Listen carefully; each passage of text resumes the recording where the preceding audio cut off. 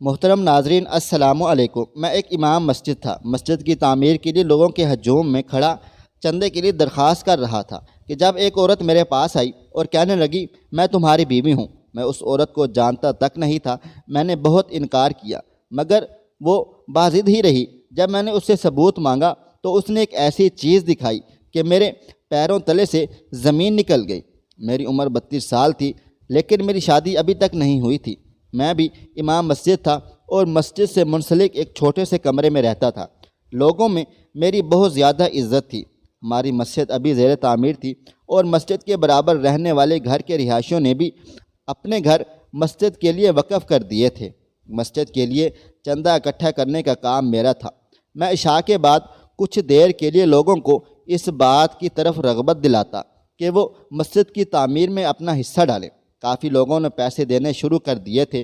بہت سے لوگ جب لاکھوں روپے دینے آتے تو لکھ پڑھ ضرور مجھ سے کراتے تھے کہ ان کا پیسہ مسجد کے علاوہ کہیں اور نہ لگ سکے، کیونکہ وہ سب پیسے میرے پاس ہی موجود ہوتے تھے۔ مغرب کے بعد میں کچھ دیر باغ میں چہل قدمی کے لیے ضرور چلا جاتا تھا۔ باقی میرا پورا دن مسجد کے کاموں میں ہی گزر جایا کرتا تھا۔ عشاء کے بعد ہی میں اپنے کمرے میں جاتا۔ اب بھی مغرب پڑھ کر میں جب گھر سے نکلا تو بہت سے لوگ مسجد کے لیے مجھے پیسے دینے لگے۔ ابھی میں ان سے باتوں میں مصروف ہوا ہی تھا کہ ایک لڑکی سب مردوں کے بیچ راستہ مانگتے ہوئے میرے سامنے آ کر کھڑی ہو گئی تھی۔ کہنے لگی مجھے آپ سے بہت ضروری بات کرنی ہے۔ دیکھنے میں بہت خوبصورت اور جوان تھی۔ کالی چادر لیے ہوئے تھی، چہرے پر کوئی پردہ نہیں تھا۔ عورت کو دیکھ کر مرد پیچھے ہٹ گئے۔ مجھے لگا شاید کوئی دینی مسئلہ پوچھنے آئی ہے یا پھر کوئی وظیفہ وغیرہ پوچھنا ہوگا، یا ہو سکتا ہے مسجد کے لیے کوئی چندہ دینا ہو۔ میں نے کہا جی محترمہ، فرمائیں کیا خدمت کر سکتا ہوں آپ کی؟ کہنے لگی کیوں انجان بننے کی کوشش کر رہے ہو؟ میں آپ کی بیوی ہوں۔ یہ سن کر تو میں ایک دم سکتے میں آ گیا۔ یہ کیا کہہ رہی تھی؟ میری تو ابھی تک شادی بھی نہیں ہوئی تھی اور میں اس عورت کو جانتا تک نہیں تھا، بلکہ میں نے تو اسے پہلی بار دیکھا تھا۔ میں نے کہا آپ کا دماغ تو درست ہے، آپ ہوش میں تو ہیں، کیا کہہ رہی ہیں؟ مجھے اس لڑکی کی بات سن کر اپنی عزت کے لالے پڑ چکے تھے۔ وہاں پر موجود سب مردوں کی نظر مجھ پر تھی۔ میری سب عزت کیا کرتے تھے۔ میں نے آج تک کبھی کسی عورت پر غلط نظر تک نہیں ڈالی تھی، اور وہ لڑکی کھلے عام سب کے سامنے مجھ پر الزام لگا رہی تھی۔ کہنے لگی 4 دن سے تو آپ مجھے گھر ملنے نہیں آئے۔ میں پریشان ہو گئی تھی، اس لیے مجبوراً مجھے آپ کے پاس یہاں مسجد میں آنا پڑ گیا تھا۔ اس کی بات پر مجھے بے حد غصہ آنے لگا۔ کیسے بے شرموں کی طرح مجھ پر جھوٹے الزام لگا رہی تھی۔ سب کی شکی نظریں مجھ پر تھی۔ ان میں بہت سے بزرگ ایسے بھی تھے جو میری شرافت کو دیکھ کر اپنی بیٹیوں کی شادی مجھ سے کرنے کے خواہشمند تھے اور دبے چھپے لفظوں میں مجھ سے کہہ بھی چکے تھے۔ میں چاہتا تھا کہ مسجد کی تعمیر سے فارغ ہو جاؤں تو شادی کے بارے میں سوچوں گا، لیکن یہ عورت مجھے بدنام کر رہی تھی۔ میں نے اس سے کہا کہ ایک عورت ہوتے ہوئے آپ کو شرم نہیں آتی کسی غیر مرد کے ساتھ اس قسم کی باتیں کرتے ہوئے؟ میں آپ کو جانتا تک نہیں ہوں، کبھی آپ کو دیکھا تک نہیں، اور آپ ہیں کہ بنا لحاظ مجھے بدنام کرنے کی کوشش کر رہی ہیں۔ دن رات میں مسجد میں رہتا ہوں، سب لوگ مجھے جانتے ہیں، میں کہیں نہیں جاتا۔ میری بات سن کر بہت سے لوگ کہنے لگے بی بی تمہیں شرم آنی چاہیے، ایک نیک اور دیندار شخص پر ایسا گھٹیا الزام لگاتے ہوئے۔ ہم جانتے ہیں کہ مولانا صاحب ہر وقت مسجد میں ہی ہوتے ہیں۔ جی نہیں، آپ کی اطلاع کے لیے عرض ہے، یہ روز مغرب کے بعد عشاء تک مسجد میں نہیں ہوتے، اس وقت یہ میرے ساتھ ہوتے ہیں۔ یہ سن کر میں دنگ سا رہ گیا تھا کہ وہ میری روز کی روٹین سے بھی واقف تھی اور کیسے فراڈی سے جھوٹ بول رہی تھی اور مجھ پر الزام لگا رہی تھی۔ میں نے کہا میں باغ میں چہل قدمی کے لیے جاتا ہوں۔ وہ لڑکی مجھے دیکھ کر کہنے لگی مولانا صاحب آپ نے مجھ سے نکاح کیا ہے، کوئی گناہ تو نہیں جو یوں سب سے چھپاتے پھر رہے ہو؟ اس لڑکی کی بات پر تو میں اب آپے سے باہر ہونے لگ گیا تھا۔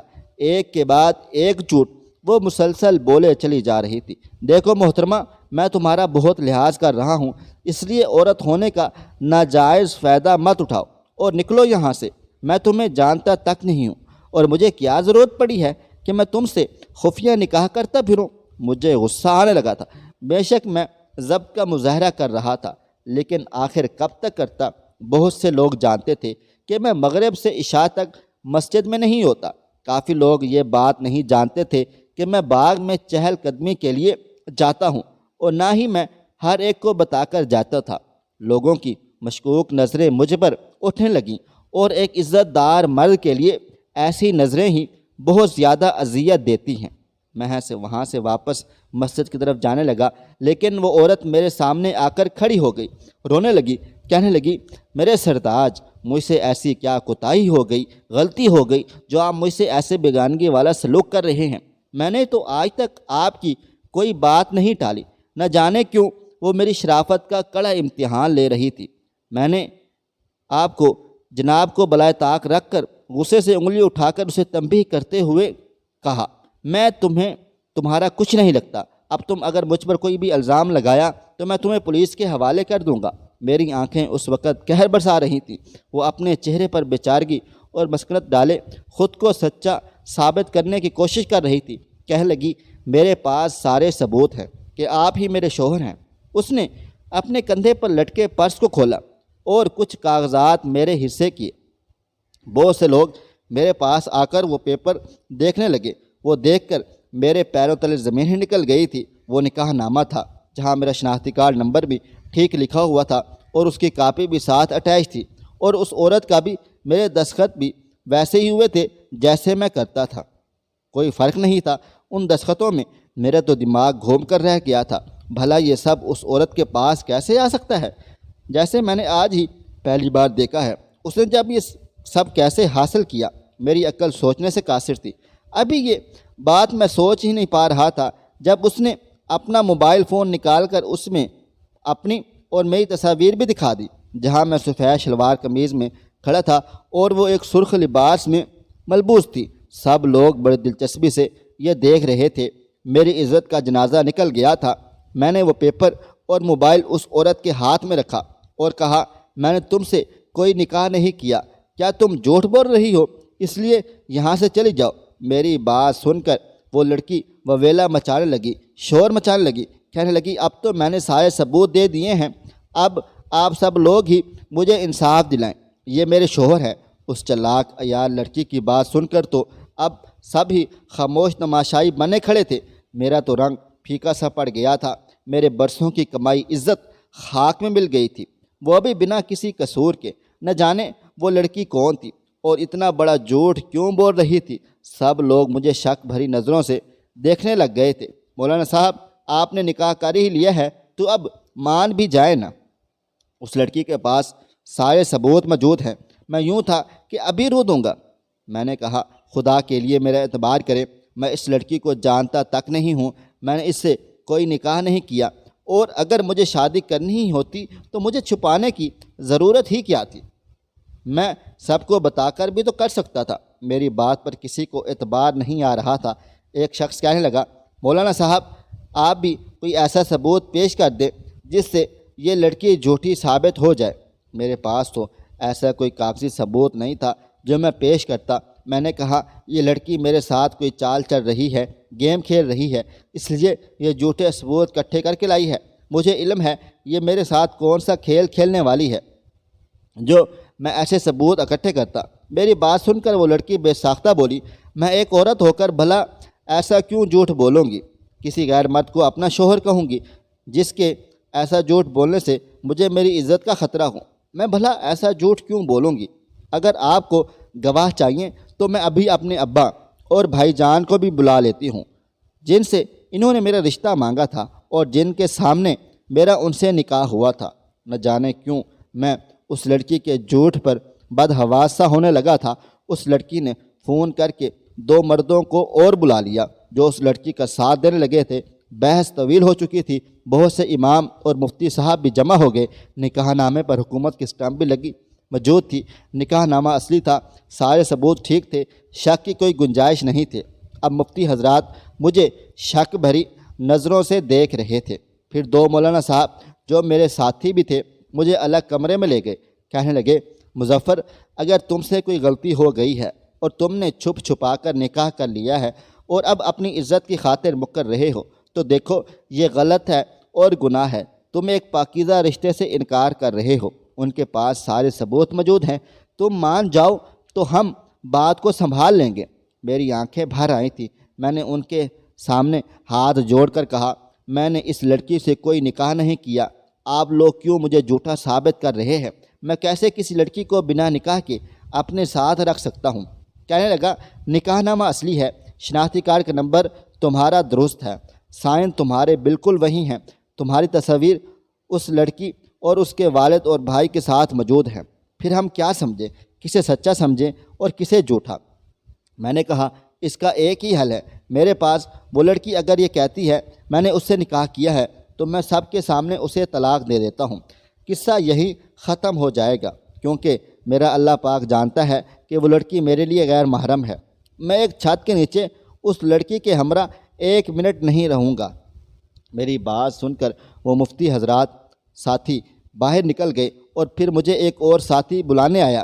وہ لڑکی سسکیوں سے زار و قطار رو رہی تھی، میرے سامنے ہاتھ جوڑی بولی، خدارا مظفر صاحب مجھے طلاق مت دے، مجھ سے ایسی کون سی غلطی ہو گئی ہے، میں سب کے سامنے آپ سے معافی مانگ لیتی ہوں، مجھے طلاق مت دیں۔ میں نے غصے سے اپنا رخ بدل لیا۔ اس کے والد کی سفید داڑھی تھی، آنکھوں میں آنسو بھرے، کہنے لگے، ٹھیک ہے، یہ میری بیٹی کو طلاق دینا چاہتے ہیں تو پہلے حق مہر کا انتظام بھی کر لو، جو کہ 20 لاکھ روپے ہے۔ یہ سن کر میرے اذان خطا ہو گئے تھے، اتنی بڑی رقم حق مہر میں! ایک کے بعد ایک دھماکہ تھا جو وہ لوگ مجھ پر کر رہے تھے۔ میں غریب سا سادہ بندہ، امامت کا ہدیہ بھی مجھے 20,000 بمشکل ملتا تھا، اتنی بڑی رقم میں کیسے حق مہر پر لکھوا سکتا؟ اب میں بری طرح سے پریشان ہو کر رہ گیا تھا۔ ایک غیر عورت کو بنا نکاح کے اپنے گھر نہیں لے جا سکتا تھا اور نقلی طلاق کی رقم میری بساط سے باہر تھی۔ میں ایک عجیب و غریب مشکل کا شکار ہو گیا۔ وہاں موجود سب لوگ اس قسم کی بات پر عجیب سی سچویشن کا شکار ہو چکے تھے۔ میرے پاس اب بس ایک ہی راستہ بچا تھا۔ میں نے کہا، میرا اللہ تعالیٰ جانتا ہے میں نے اس لڑکی سے کوئی نکاح پہلے نہیں کیا، لیکن اس کے پاس سارے جھوٹے ثبوت موجود ہیں۔ دنیا کے سامنے بے شک یہ سچی ہے اور میں جھوٹا ہوں، لیکن میرا اللہ غیب کے علم کو خوب جانتا ہے۔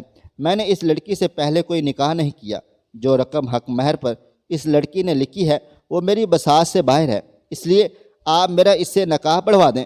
بنا نکاح کے میں اسے اپنے گھر ہرگز نہیں لے کر جاؤں گا۔ پھر یہی طے پایا کہ نکاح کو دوبارہ کرا دیا جائے۔ میرا نکاح اس لڑکی سے پڑھوا دیا گیا تھا جس سے کچھ دیر پہلے شدید نفرت سی ہو گئی تھی۔ ایسی ذلت تو میں نے کبھی سوچی بھی نہ تھی۔ میں اسے مسجد کے منسلک کمرے میں لے آیا جہاں میں رہتا تھا۔ وہ گھر اتنا چھوٹا تھا کہ بس ایک کمرہ اور ایک چھوٹے سے صحن پر مشتمل تھا۔ گھر میں داخل ہونے کے بعد میں نے صحن میں چارپائی بچھائی اور تکیہ رکھ کر لیٹ گیا۔ وہ وہیں صحن میں کالی چادر پہنے کھڑی مجھے دیکھ رہی تھی۔ میں نے غصے سے اسے کہا، سامنے کمرے میں چلی جاؤ اور کوشش کرنا مجھے اپنی شکل مت دکھایا کرنا۔ وہ خاموشی سے کمرے میں چلی گئی۔ میرے سینے میں تو کوئی الاؤ دہک رہا تھا۔ میں ایک یتیم لڑکا تھا۔ ماں باپ کی حادثاتی موت کے بعد چچا کے پاس رہنے لگا، لیکن چچی مجھے برداشت نہیں کرتی تھی، چچا سے روز لڑتی تھی۔ وہ تنگ آ کر مجھے اسی مسجد کے مدرسے میں حفظ کے لیے چھوڑ کر چلے گئے تھے، پھر واپس نہیں پلٹے۔ میں نے قرآن مجید حفظ کیا اور اردو انگریزی کی تھوڑی سی تعلیم حاصل کی۔ اسی مسجد کی امامت پر مامور ہو گیا تھا۔ میری شرافت اور جھکی نظروں پر سب ہی میری بہت زیادہ تعریف کیا کرتے تھے۔ کوئی عورت سامنے آتی تو میں اسے کبھی اتنے غور سے نہ دیکھتا کہ اس کے خد و خال میرے ذہن میں رہ جائیں، فوراً سے اپنی نظریں جھکا لیتا تھا۔ یہ گناہ ہے، اللہ کی لو، اور اس کا خوف میرے دل میں ایسا گھر کر چکا تھا کہ کب بھی اپنی شادی کے بارے میں سوچتا تو یہ خیال آتا کہ آج تک کسی عورت کو میں نے آنکھ بھر کر نہیں دیکھا، تو مجھے عادت ہی کہاں ہے عورت کے چہرے کو اتنا غور سے دیکھنے کی۔ میری تو نظریں فوراً سے جھک جاتی ہیں، پھر بیوی کو کیسے دیکھ پاؤں گا؟ اگر یہ کہا جائے کہ مجھ میں حیا کا عنصر عام مردوں سے کچھ زیادہ تھا تو غلط نہ ہوگا۔ لوگ میری بہت زیادہ عزت کرتے تھے۔ میری شرافت کی گواہی میری مسجد اور مسجد کے ساتھ منسلک مدرسے کے عالم مفتی صاحب بھی دیا کرتے تھے، لیکن آج اس لڑکی نے میری عزت کو خاک میں ملا کر رکھ دیا تھا۔ سب میری شرافت اور پاکیزگی کو ڈھونگ سمجھنے لگ گئے تھے۔ نہ چاہتے ہوئے بھی میری آنکھوں سے آنسو بہنے لگ گئے۔ مسجد میں تو میں سب کے سامنے ضبط کا دامن نہیں چھوڑا، لیکن اب تنہائی میں خود پر اختیار کھو بیٹھا تھا۔ میں دبی دبی سسکیوں کے ساتھ زاروں قطار روتا رہا۔ میرے آنسو تکیوں میں گر کر جذب ہو رہے تھے۔ ایک عزت دار مرد کے لیے یہ بات چھوٹی نہیں ہوتی کہ کوئی عورت اسے یوں سب کے سامنے اس کے کردار کو مشکوک کر دے۔ اس لڑکی کو اپنانا اب میری مجبوری بن چکی تھی۔ پھر 20 لاکھ کا حق مہر بھرنا میرے اختیار میں نہ تھا، لیکن مجھے اتنی بری لگ رہی تھی کہ میں اس کا چہرہ دیکھنے بھی گوارا نہیں تھا۔ اس چھوٹے سے کمرے میں بس ایک ہی واش روم تھا اور وہ کمرے میں تھا۔ میں روتے روتے کچھ دیر ہی سویا تھا کہ تہجد کے وقت میری آنکھ کھل گئی تھی، کیونکہ میں پابندی سے تہجد پڑھتا تھا۔ کچھ دیر چارپائی پر بیٹھا رہا کہ اندر کیسے جاؤں۔ میں ذہنی طور پر نکاح کے لیے تیار نہیں تھا۔ جو کچھ ہوا تھا مجبوراً ہوا تھا، اچانک سے ہوا تھا۔ کسی خاتون کے کمرے میں یوں جانا میرے لیے ایک آزمائش سا تھا جو زبردستی میری بیوی بن گئی تھی۔ کچھ دیر تو میں یہ سوچتا رہا کہ کیا کروں، پھر خیال آیا وہ سو رہی ہوگی، چپکے سے اندر چلا جاتا ہوں اور وضو کر کے لوٹ آؤں گا۔ جب میں کمرے میں داخل ہوا تو کمرے میں ہلکی سی روشنی تھی۔ وہ لڑکی جائے نماز بچھائے سجدے میں تھی۔ میں پہلے تو اسے حیرت سے دیکھا، پھر خود کو جھٹک کر واش روم چلا گیا تھا۔ جب وضو کر کے باہر نکلا تب بھی وہ سجدے میں تھی۔ میں کمرے سے باہر نکل گیا، جائے نماز بچھایا اور نماز تہجد کی نیت باندھی۔ نماز اور ذکر و اذکار سے فارغ ہو کر مسجد چلا گیا تھا۔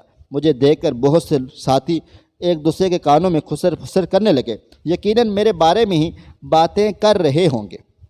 میں چاشت کے بعد کچھ دیر آرام کرنے کے لیے چلا جاتا۔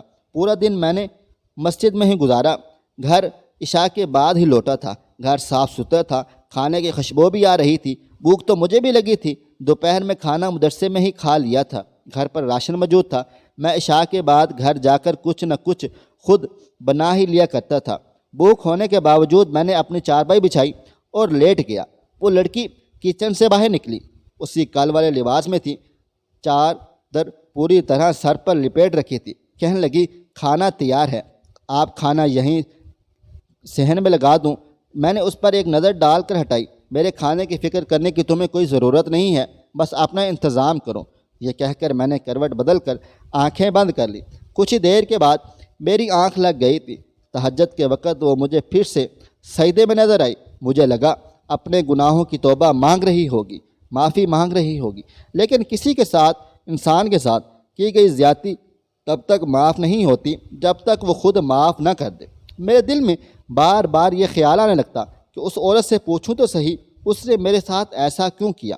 پورا دن مسجد میں گزار کر جب میں گھر گیا تو وہ کچن میں موجود تھی۔ میں آج رات کا کھانا بھی مدرسے سے کھا کر آیا تھا۔ میں نے کچن میں جھانک کر دیکھا تو وہ کچن میں ہی چٹائی رکھ کر کھانا بنا رہی تھی۔ مجھے دیکھ کر کچھ نروسی ہو گئی۔ سنو، کھانا کھا کر باہر صحن میں میری بات سن لینا۔ یہ کہہ کر میں باہر چلا گیا تھا۔ وہ کھانا کھا کر صحن میں آ کر ایک کونے میں کھڑی ہو گئی تھی۔ میں نے غصے سے اسے دیکھا اور کہا، لوگوں کے سامنے تو تم نے جو ڈرامہ رچانا تھا وہ رچا لیا، اپنے جھوٹ کو تم نے سچ بنانا تھا بنا لیا، لیکن یہاں اس وقت میرے اور تمہارے علاوہ اللہ کے سوا دوسرا کوئی موجود اور وہ ہر حقیقت سے آگاہ ہے۔ میں تم سے سوال اس روز بھی پوچھ لیتا جس دن تم نے میرے کردار کی دھجیاں اڑا کر رکھ دی تھی، لیکن میں اس وقت بے حد غصے میں تھا۔ اپنا اختیار کھو دینے کا ڈر مجھے تھا کہ شاید تم پر ہاتھ اٹھانے سے بھی گریز نہ کرتا، اس لیے خاموشی اختیار کر لی۔ لیکن اب میرا خود پر اختیار ہے۔ میں نے تمہارا کیا بگاڑا تھا جو تم نے میرے ساتھ یہ سب کچھ کیا؟ میری بات سن کر وہ رونے لگی، کہنے لگی، مجھے معاف کر دے، میرے پاس بھی دوسرا کوئی راستہ نہیں تھا، میں آپ کو وجہ نہیں بتا سکتی۔ یہ کہہ کر وہ کمرے میں چلی گئی۔ چند دن بعد میں نے اسے چند جوڑے لا کر دیے، کیونکہ وہ 4-5 دن سے اسی ایک لباس میں ملبوس تھی۔ جو ذمہ داری تو میری ہی تھی۔ رات کو جب میں تہجد کے لیے اٹھا تو پورا وجود درد سے چور چور تھا۔ مجھے محسوس ہوا کہ مجھے بخار ہے۔ میرا جسم تپ رہا تھا۔ بمشکل ہی میں نے فجر پڑھائی اور گھر لوٹ آیا۔ مجھے تیز بخار ہو چکا تھا۔ میں صحن میں چارپائی پر لیٹ گیا۔ میری بیوی نے جب مجھے یوں بیمار دیکھا تو وہ میرا بہت خیال رکھنے لگی۔ اس وقت میں بے بس تھا، مجبور تھا، کیونکہ بخار کی شدت کی وجہ سے اس کے سہارے کی مجھے اشد ضرورت تھی۔ مجھے دوا بھی خود دیتی، کھانا ناشتہ بھی بنا کر دیتی، رات بھر میری تیمارداری میں جاگتی بھی رہتی تھی۔ نہ چاہتے ہوئے بھی میرا دل اس کی طرف مائل ہونے لگا تھا۔ بس ایک ہی سوال مجھے بے چین نہیں لینے دیتا تھا، اس نے میرے ساتھ ایسا کیوں کیا تھا؟ چند دن کے بعد میں ٹھیک ٹھاک ہو گیا تھا۔ رات کو جب میں گھر آیا تو پہلی بار اس سے کھانا خود مانگا۔ وہ خوشی سے چہکنے لگی، فوراً سے کھانا گرم کر کے میرے سامنے رکھ کر وہاں سے جانے لگی۔ میں نے کہا، ادھر میرے پاس بیٹھ کر میرے ساتھ کھانا کھاؤ۔ میری بات سن کر وہ مجھے خوشگوار حیرت سے دیکھنے لگ گئی تھی۔ چپ چاپ میرے سامنے دسترخوان پر بیٹھ گئی۔ کھانے کے دوران میں اسے گاہے بگاہے دیکھنے لگا تھا۔ اچھی خاصی خوبصورت تھی۔ اب تک جتنا میں نے اسے جان پایا تھا وہ بری نہیں تھی۔ پھر وہی سوال کہ اس نے یہ طریقہ کیوں اپنایا؟ کھانے کے بعد وہ کچن میں برتن دھونے لگی۔ میں نے اپنے لیے آج چارپائی نہیں بچھائی تھی۔ میں اپنے کمرے میں جا کر لیٹ گیا۔ رات کو جب وہ کمرے میں آئی تو حد درجہ گھبرائی ہوئی تھی۔ اسے دیکھ کر میں اٹھ کر بیٹھ گیا۔ میں نے کہا، ادھر میرے پاس آ کر بیٹھو۔ وہ چھوٹے چھوٹے قدم اٹھاتی ہوئی میرے پاس آ کر بیٹھ گئی تھی۔ میں نے اس کا ہاتھ تھام لیا تھا جو اس وقت برف کی مانند ٹھنڈا ہو رہا تھا۔ بہت پیار اور اپنائیت سے میں نے بات شروع کی۔ اب تم میری بیوی ہو اور میں تمہارے ساتھ اپنا رشتے کی ابتدا کرنا چاہتا ہوں، لیکن اس کے لیے ضروری ہے ہمارے درمیان کوئی جھوٹ اور دھوکہ شامل نہ ہو۔ ہم سچ بول کر اپنے رشتے کو شروع کریں گے۔ میں نے تمہاری ہر غلطی کو معاف کر دیا، گو کہ یہ مجھ جیسے شخص کے لیے ناممکن سی بات ہے جس کے لیے اس کی عزت سب سے پہلے اہمیت رکھتی تھی۔ لیکن تم نے میری خدمت بہت کی ہے، تم بہت اچھی عادات اور اطوار کی مالک ہو، لیکن مجھے سچ جاننا ہے۔ میری بات سن رکھ کر اس نے نظریں بدلی، پھر کہنے لگی، ہمارا چھوٹا سا گھر اس پارک کے سامنے ہے جہاں آپ مغرب کے بعد آتے تھے۔ میں وہاں آپ کو روز دیکھتی تھی۔ آپ بہت شریف انسان تھے۔ میرے والد صاحب ایک موچی ہیں، بھائی بھی گورنمنٹ اسکول میں پڑھ رہا ہے۔ میرے لیے بہت سے رشتے تو آتے تھے، لیکن میرے والد صاحب کے پاس مجھے دینے کے لیے جہیز نہ تھا۔ میرے پاس ایک موبائل فون موجود تھا جس میں میں آپ کی تصویر کھینچتی رہتی تھی۔ جب بھی آپ مغرب کے بعد پارک کے بینچ پر بیٹھ کر نظریں جھکا کر بیٹھ جاتے، میں آپ کی تصویر کھینچ لیتی تھی۔ ایک بار محلے کے ایک بدمعاش کی مجھ پر نظر پڑ گئی۔ وہ ابا کو دھمکانے لگا، ڈرانے لگا کہ اگر تم نے اپنی بیٹی کی شادی مجھ سے نہ کی تو میں اسے اٹھا کر لے جاؤں گا۔ ابا جان بہت پریشان تھے۔ میں نے اماں سے کہا، ابا سے کہیں میری شادی مسجد کے امام صاحب سے کروا دیں۔ ابا جان نے مسجد کے ایک شخص سے بات بھی کی، لیکن آپ نے شادی سے منع کر دیا تھا۔ میں نے آپ کی تصویروں کو اپنی اور اپنے بھائی اور والد صاحب کی تصویروں کے ساتھ جوڑ لیا تھا۔ میں نے بھائی صاحب سے کہا کسی بھی طریقے وہ آپ کے دستخط حاصل کر لے۔ میرا بھائی مدرسے میں چندہ دینے کے بہانے آپ کے پاس آیا تھا۔ اس وقت آپ کے پاس رش بہت زیادہ تھا۔ اس نے آپ سے کہا وہ ایک معقول رقم آپ کو دے گا، لیکن آپ کو ان صفحات پر سائن کرنا پڑے گا۔ اس میں لکھا تھا کہ آپ حلفاً یہ کہیں گے کہ یہ پیسہ مسجد کی تعمیر میں ہی استعمال ہوگا، مسجد کی آڑ میں اسے اپنے استعمال میں نہیں لیا جائے گا۔ آپ کے پاس اس وقت رش بہت زیادہ تھا۔ آپ نے بنا پڑھے ہی اپنے سائن نکاح نامے پر کر دیے، شناختی کارڈ نمبر بھی اور کاپی بھی اٹیچ کر دی، کیونکہ وہاں بہت سے لوگ بڑی بڑی رقم دینے سے پہلے ایسا لاہے عمل اختیار کر رہے تھے۔ میرا بھائی رش سے فائدہ اٹھا کر آپ سے سائن کروا کر وہاں سے آ گیا تھا۔ جس دن میں نے یہ ڈرامہ رچایا اسی رات کو وہ بدمعاش مجھے لے جانے کی دھمکی ابا جان کو دے کر گیا تھا۔ میں جانتی تھی آپ نیک انسان ہیں، مجھ سے نکاح کیے بغیر اپنے گھر نہیں لے کر جائیں گے۔ اپنی نیک نامی اور شرافت کے تذکرے ہم سب گھر والوں نے سن رکھے تھے، اس لیے اس کی باتیں سن کر مجھے حیرت ہوئی تھی، لیکن پھر یہ بھی احساس ہوا اس نے جو کچھ بھی کیا تھا اپنے بچاؤ کے لیے ہی کیا تھا۔ میں نے اسے معاف کر دیا اور ہم ہنسی خوشی زندگی گزارنے لگ گئے تھے۔ 1 سال کے بعد اللہ تعالیٰ نے ہمیں اپنی رحمت سے نوازا تھا۔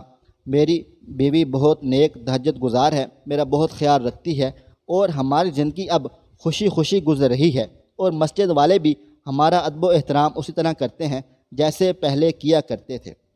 پیارے دوستو، مزید اس طرح کی عجیب و غریب کہانیاں اور واقعات سننے کے لیے ہماری ویڈیوز کو لائک کریں، شیئر کریں اور ہمارے چینل کو ضرور سبسکرائب کیا کریں۔ ملتے ہیں کل ایک نئی اور دلچسپ کہانی کے ساتھ۔ اللہ حافظ۔